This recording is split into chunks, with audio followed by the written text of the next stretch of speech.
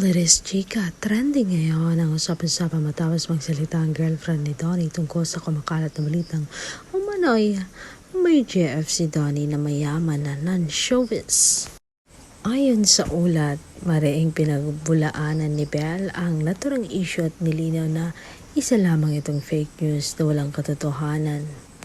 Dahil dito maraming netizens ang nag-react at nagpahayag ng kanilang opinion. May mga nagsabing dapat maging maingat sa pagbabahagi ng impormasyon online, habang ngayon naman ay nanindigan na mahalagang alamin muna ang buong katotohanan bago maniwala sa mga viral na balita.